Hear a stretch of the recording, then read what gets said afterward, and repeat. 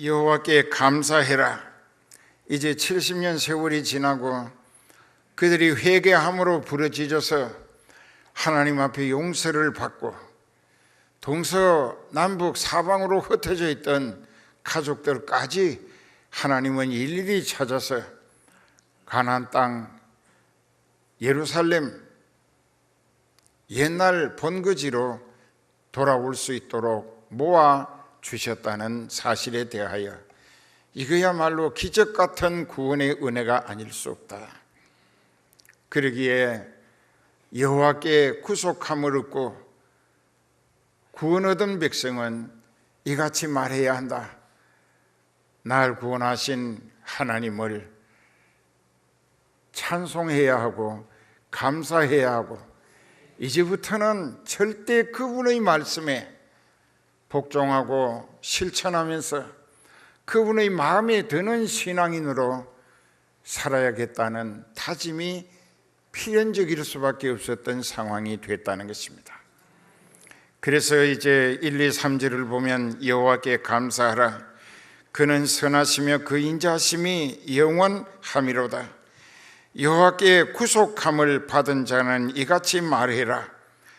여호와께서 대적의 손에서 저희를 구속하셨고 제 죄값을 하나님이 대신 지불해 주셨고 동서남북 각 지방에 흩어져 살던 모든 가족들을 다시 불러 모아 예루살렘에서 하나님과 회복된 관계로 살게 해 주셨기 때문이라. 4절부터 쭉 내려가면서 보면은 바벨론의 70년 세월을 포로로 끌려가 노예처럼, 노예는 종이기 때문에 이 종이라고 하는 사람은 인권 보장이 없습니다. 호적도 없어요. 그 주인이 명단만 가지고 아무개는 내 소유다 그것밖에 없습니다. 즉 그 사람의 인간에 대해서 인격적인 것이나 소유권이나 자율권이나 아무것도 보장되는 것이 없었다는 것입니다. 이는 완전히 짐승 취급을 받는 거지요. 그랬던 그들이 70년 세월을 바벨론에서 종살이 할 때의 그들의 신세를 오늘 시편 107편에서는 4가지로 비유해서 기록하고 있습니다. 첫 번째는 3절부터 7절까지의 내용을 보면은 사막의 방황자로 비유하고 있습니다. 사막, 막막한 사막, 물도 없고 집도 없고 풀도 없고 곡식도 없고 채소도 없고 먹을 것도 없고 거처할 처소도 없고 낮에는 자결하는 태양이 40도 이상으로 사막의 복사 현상까지 일어나면은 50도 넘는 뜨거운 열기에 시달려야 하는가 하면은 해질 때에 다소 시원했다가 해지고 나면은 밤에는 사막의 냉기가 그들로 하여금 심장과 사지를 오그러질 정도로 추위에 떨게 하는 곳이 사막입니다. 낮에는 너무 뜨겁고 밤에는 너무 춥고 그렇다고 모래바람이 불면은 그저 눈, 귀, 코, 입 할 거 없이 모래가 계속해서 날아듭니다. 가보신 분들은 아실 거예요. 그리고 모래가 태산을 이루는 이동을 하기도 합니다. 하룻밤새 이쪽에 있던 모래 언덕이 저쪽으로 이사가서 옮겨지기도 한답니다. 그런데 코로 입안에 귀 안에 가득해진 모래알을 씻어낼 수 있는 물도 마실 물도 구하기 어려운 사막, 모든 것이 사면초가로 죽을 지경에 몰리고 있다. 그래서 바벨론의 포로 생활은 사막에 방황하는 인생과 같다고 비유했습니다. 두 번째로 감옥에 갇힌 자로 비유했습니다. 그건 10절에서 16절까지의 내용인데, 거기 보면은 감옥에 갇힌 자는 자유가 전혀 없습니다. 자기가 아무리 좋은 아이디어를 창출해내고 또 IQ가 높아서 내가 이렇게 행복하고 평안하게 잘 살겠다고, 그거 다 꿈 같은 얘기고 현실은 속박당하는 신세이기 때문에 억압 가운데 자기 상전의 뜻에 따라 살 수도 있고 죽을 수도 있는 신세라 언제 죽을는지 모릅니다. 주인이 마음에 들지 아니하고 시켰는데 일을 제대로 하지 아니해서 주인의 권위와 인격을 무시하는 것 같으면 그냥 연장으로 찍어서 그 자리에서 죽여도 아무도 한마디 항의도 하지 않는 상황이었습니다. 그러니까는 감옥에 갇힌 자 언제 죽을는지 모릅니다. 그리고 자유라고 하는 것은 전혀 없고 억압과 속박뿐이었습니다. 그것이 10절에서 16절까지 있죠. 그 다음에 병들어 죽어가는 자의 모습, 병들어 죽어간다. 17절로 18절에 있는 말씀입니다. 병이 들어서 치료를 받지 못하고 회복되지 못하고 죽어가고 있는 자의 상황이라. 그 왜 병들었는가? 영적으로 하나님을 대적하며 하나님의 기대에 반대되는 어긋난 생활을 힘썼기 때문에 그들은 영적으로 하나님께 버림을 받게 되니까 몸도 병을 앓을 수밖에 없게 되고 그 병은 죽을 지경으로 몰려가고 있다는 것입니다. 그리고 마지막으로 23절에서 30절까지에 보면은 바다에서 큰 풍랑을 만난 상황으로 비유되고 있습니다. 바다에서 물건을 배에다 가득히 싣고 돈 벌겠다고 장사하러 가던 배가 태산 같은 풍랑을 만나서 파도가 산더미처럼 덮쳐오고 그래서 배가 파손되거나 침몰하게 되는 상황인데, 그럴 때에 그들의 신세는 정말 종잡을 길 없이 난감할 수밖에. 이젠 죽은 목숨이구나. 왜 그렇게 되어야 했을까? 하나님의 말씀을 거역하며 지존자의 뜻을 멸시했기 때문이라고 시편 107편 10절에서 12절까지 진단서가 나와 있습니다. 한번 보십시다. 사람이 흑암과 사망의 그늘에 앉으며 곤고와 쇠사슬에 매임은 하나님의 말씀을 거역하며 지존자의 뜻을 멸시함이라. 그러므로 수고로 저희 마음을 낮추셨어 저희가 엎드려져도 돕는 자가 없었도다. 엎어져도 도울 사람이 없어요. 피가 낭자하게 얻어맞고 피투성이가 돼도 가족이라고 가서 말리거나 또 살려달라고 애원해봐야 아무 소용없었습니다. 왜? 죄값에 팔려버린 비참한 죄인의 신세가 되어버렸기 때문에. 더 쉽게 설명하면 스스로 말씀을 거역하고 하나님의 말씀을 무시하고 거역했을 뿐만 아니라 지존자의 뜻을 멸시했다. 하나님이 경고하셨음에도 불구하고 그 하나님이 경고하시는 뜻을 멸시했기 때문에 망조가 된 것이죠. 망하려면 무슨 짓을 못할까? 이런 결론을 교훈으로 남긴 결과가 되고 말았습니다. 사람이 망조가 들고 망하려면 무슨 짓을 못할까? 그러다가 망하게 될 때에 후회해도 소용이 없다 이게요. 왜? 이미 죄 아래 팔려 버렸기 때문이라. 그래서 그 모든 진찰은 결과가 간단합니다. 여기 있는 말씀대로 사람이 흑암이라고 하는 캄캄함에 새카만 어두움이란 말이 흑암입니다. 금을 흑자 어두울 암자예요. 그 흑암에 갇힌다는 깊은 절망에 빠진다는 것입니다. 사방이 완전히 캄캄히 버리니까 절망에 빠질 수밖에, 불안할 수밖에, 또 사망의 그늘에 앉는다, 즉 죽을 지경으로 몰려간다. 그 자기 신세가 죽을 지경으로 몰려가고 있다. 곤고, 곤란하고 괴롭다. 곤란할 곤자, 괴로울 고자입니다. 모든 것이 소망이 전혀 보이지 않는 거예요. 회복의 기대나 가능성이 전혀 없어 보이는 거예요. 그러니까 모든 것이 고통스럽고 괴로울 뿐이라. 그런데다가 또 쇠사슬에 매여 가지고 노예 시장에 끌려다니면서 인간 이하의 취급을 받고, 이렇게 되는 이유는 뭐냐? 거기 보면은 11절에 하나님의 말씀을 거역한 것이 첫 번째 죄라. 하나님의 말씀을 거역했다. 하나님이 하라 하시는 대로 하지 않고 반대로 했어요. 또 역으로 하나님이 하지 말라 하신 것을 서둘러 했습니다.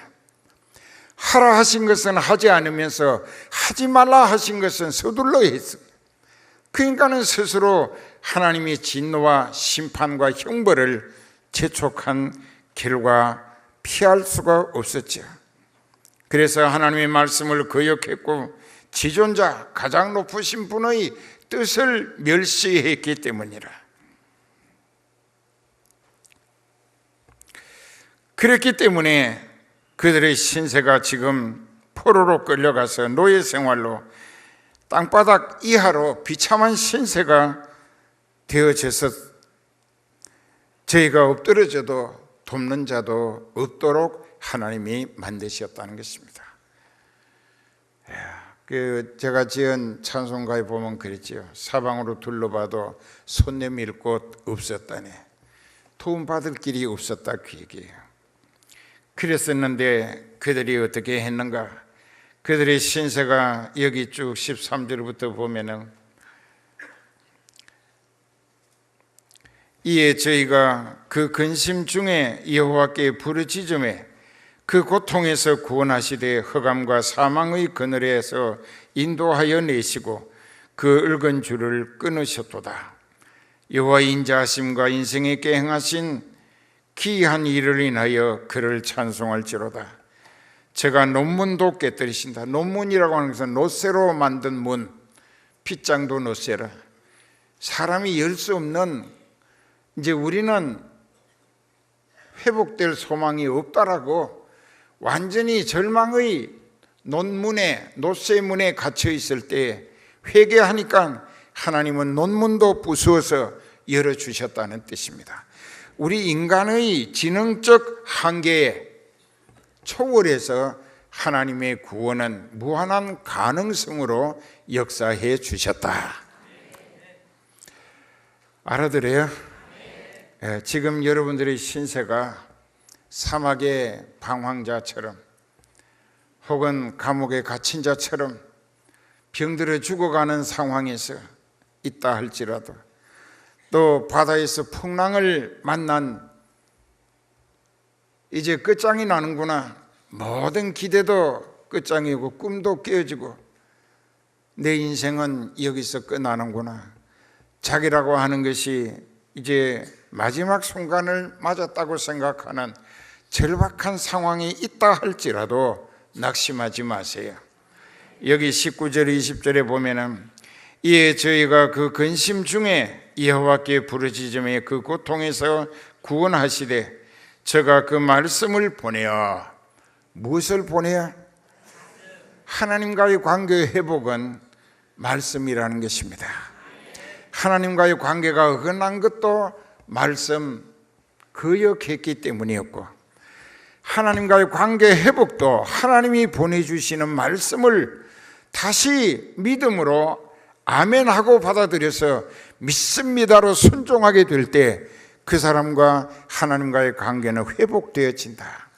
그럴 때에 그 사람은 아무리 논문에 갇혀 있고 죽을 지경에 몰려서 흑암과 사망의 그늘에서 또 곤고와 쇠사슬에 매이고 또 병들어서 죽어가는 처지, 바다에서 풍랑을 만나 배가 뒤집혀질 지경 직전에 있다 할지라도 그 자리에서 하나님이 보내신 말씀을 붙들고 회개하면서 하나님께 애통하고 자복하고 이제 다시는 말씀을 거역하거나 지존자의 뜻을 멸시하지 아니하고 하나님 말씀대로, 하나님 뜻이 담긴 그 말씀대로 순종하며 복종하고 실천하며 살겠다고 회개가 온전히 이루어질 때 하나님은 그 말씀으로 그 인생을 다시 구원하시고 회복시켜 주시고 자녀로 삼아 주시고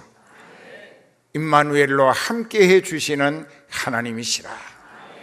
그 하나님을 오늘 여러분들 만나고 모셔야 할 줄 믿습니다.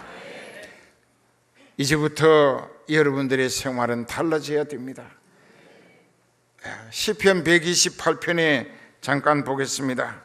시편 128편에 보면은 여호와를 경외하며 그 도에 행하는 자마다 복이 있도다. 네가 네 손이 수고한 대로 먹을 것이라.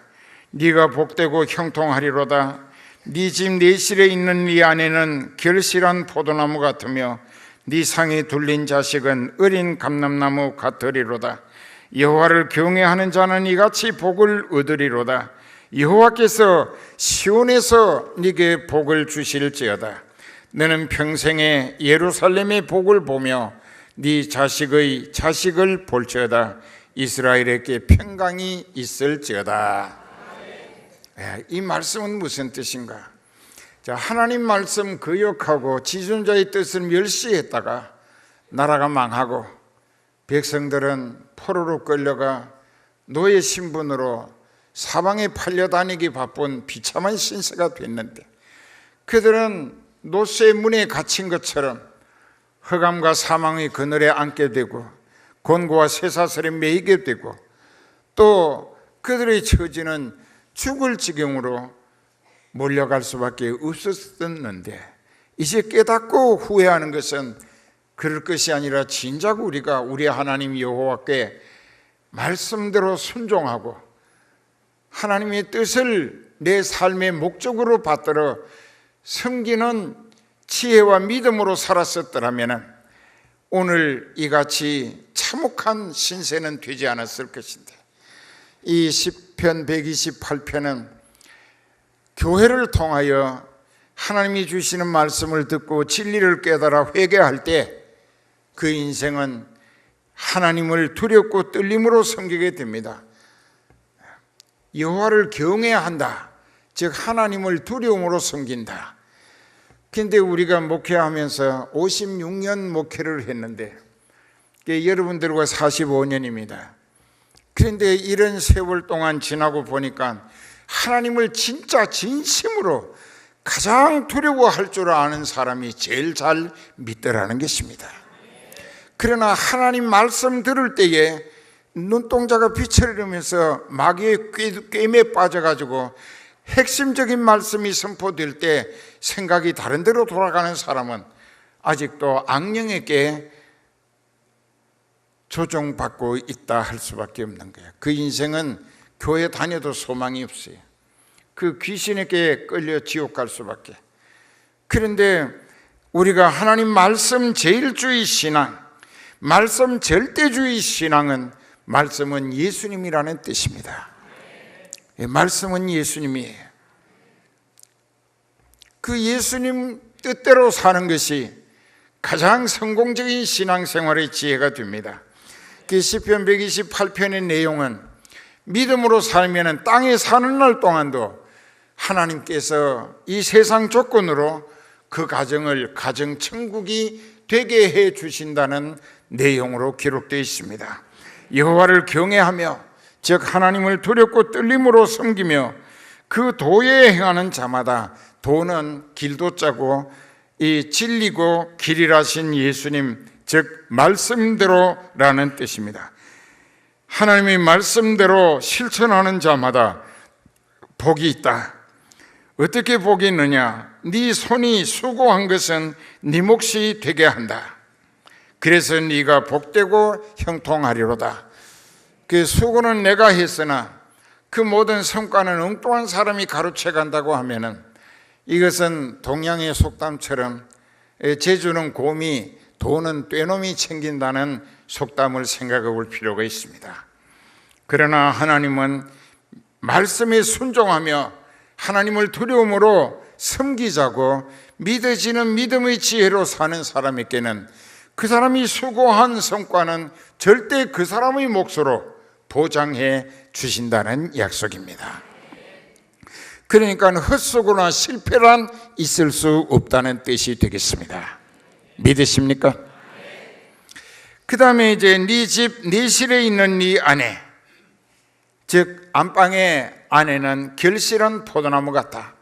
남편이 하나님 말씀 제1주의로 하나님을 두렵고 떨림으로 섬기는 가정을 이끌게 되니까 그 안에도 남편의 신앙 지도와 영향을 받아서 아주 정숙한 아내로서 믿음을 지키고, 그래서 자기가 자녀를 많이 생산했다 할지라도 부부가 그 자녀들까지 다 영적인 소망에 아주 성령이 충만한 자녀들로 양육한다. 아내는 결실한 포도 열매 많이 맺었다고 하는 것은 자녀를 많이 해산했다는 것인데, 또 네 밥상에 둘러앉은 어린 자녀들은 감람나무 같으리로다. 감람나무는 성령을 상징하는 것입니다. 성령이 충만한 자녀다 이게. 그러니까 그 가정은 아버지 어머니 자녀 할 것 없이 영적인 소망이 넘치는 성령이 충만한 가정이라. 진리 정통하고 성령이 충만한 가정이 되니까 그 가정은 가정천국일 수밖에. 그 어떻게 가정천국을 이룰 수 있느냐? 4절에 보면은 여호와를 경외하는 자는 이 같은 복을 얻으리로다. 그 다음에 5절 6절에 여호와께서 시온에서 그들이 출입하고 있는 소속된 교회를 시온이라고 했습니다. 교회에서 네게 복을 주실지어다. 너는 평생에 예루살렘의 복을 보며 시온이 예루살렘이고 예루살렘이 시온입니다. 예루살렘이 시온산 비탈에 있기 때문이고, 이 시온이라고 하는 말이나 예루살렘이라고 하는 말은 하나님의 교회를 의미하는 것입니다. 그래서 네가 소속된 교회가 진리 정통하고 성령이 충만하여 하나님이 직접 세우시고 가꾸시고 이끌어 가시며 세계 선교를 위하여 요긴하고 힘있게 붙들어 쓰시는 교회가 된다고 하면은 그 교회는 하나님 앞에 그 시대에 가장 복받은 교회라는 것입니다. 여러분들이 소속한 성은교회가 그런 교회가 되어야 할 것이고 이미 그런 교회로 쓰임받고 있는 줄 믿습니다. 진짜 믿습니까? 그렇기 때문에 네 자식의 자식을 볼지어다. 바로 그 교회는 진리와 성령이 충만해. 영적인 소망은 하늘 문이 열린 교회라. 그렇기 때문에 그 교회에서 믿음 생활을 바르게 하면 하나님이 함께 하심으로 땅에 살리시는 날 동안도 하나님이 섬기고픈 중심의 소원이 간절하게 불타는 한 하나님께서 그 사람으로 하여금 마음껏 섬기고 남을 수 있는 조건으로 함께 해주신다. 그 육신이 밥벌이 하기 위해서 어디에 가면 뭐 직장이 월급을 더 많이 주고 어디에 가면 사업이 더 큰 성공을 기대하고, 그게 아니라 그 진리와 성령이 역사하시고 하나님이 가꾸시며 붙들어 쓰시는 교회를 자녀간 대를 이어서 그 교회에 뿌리를 내리는 것이 믿음의 지혜라는 뜻입니다. 이 썩을 육신의 그 세상 조건으로 더 나은 길을 찾는 것, 그것 때문에 떠날 것이 아니라 영적인 소망, 하나님과의 관계가 나와 가장 중요하다. 그 하나님이 나를 어떻게 보시고 내가 또 하나님 앞에 어떻게 인정을 받으며 쓰임받을 수 있을 것인가를 목적으로 교회를 다녀야 한다 이게. 그러니까 그 교회에 뿌리를 내리는 자녀 대대로, 그래서 네 자식의 자식을 볼지어다. 자녀간 대를 이어 그 교회를 통하여 하늘 복을 받아야 한다. 이스라엘에게 평강이 있을지어다. 예루살렘이나 시온은 이스라엘의 국가 단위 민족 교회의 상징이 예루살렘입니다. 그러니까 그 교회가 목자를 통하여 하나님이 세우시고 붙들어 쓰시고 성령이 말하게 하시는 권세와 능력 있는 하나님의 말씀을 선포하고 있는가? 이 결론은 성경 두 절만 잘 기억하세요. 이 첫째 하나는 이사야서 1장 19절 20절입니다. 너희가 즐겨 순종하면 땅의 아름다운 소산을 먹을 것이나 너희가 거절하여 배반하면 칼에 삼키우리라. 하나님의 말씀을 즐거운 마음으로 순종하면 이 세상 조건으로도 좋은 조건으로 누리고 살 수 있도록 하나님이 보장해 주신다. 그러나 그 말씀을 거역하고 거절하면서 배반까지 하게 되면 칼에 삼키운다. 심판과 형벌을 멸망을 면할 수 없다는 것이고, 또 요한 3서 2절에 보면은 사랑하는 자여 네 영혼이 잘됨 같이 네가 범사에 잘되고 강건하기를 내가 간구하노라. 사도 요한이 그 사랑하는 제자 가이오에게 성도에게 보낸 편지 중의 내용입니다. 사랑하는 자여 네 영혼이 잘 되어 있는 것처럼 네가 하는 모든 일이 잘 되고 그 일을 계속할 수 있도록 하나님 계속 더 잘 섬길 수 있도록 네 몸도 계속 강건하기를 목자는 계속 기도하고 있다. 기도하십시다.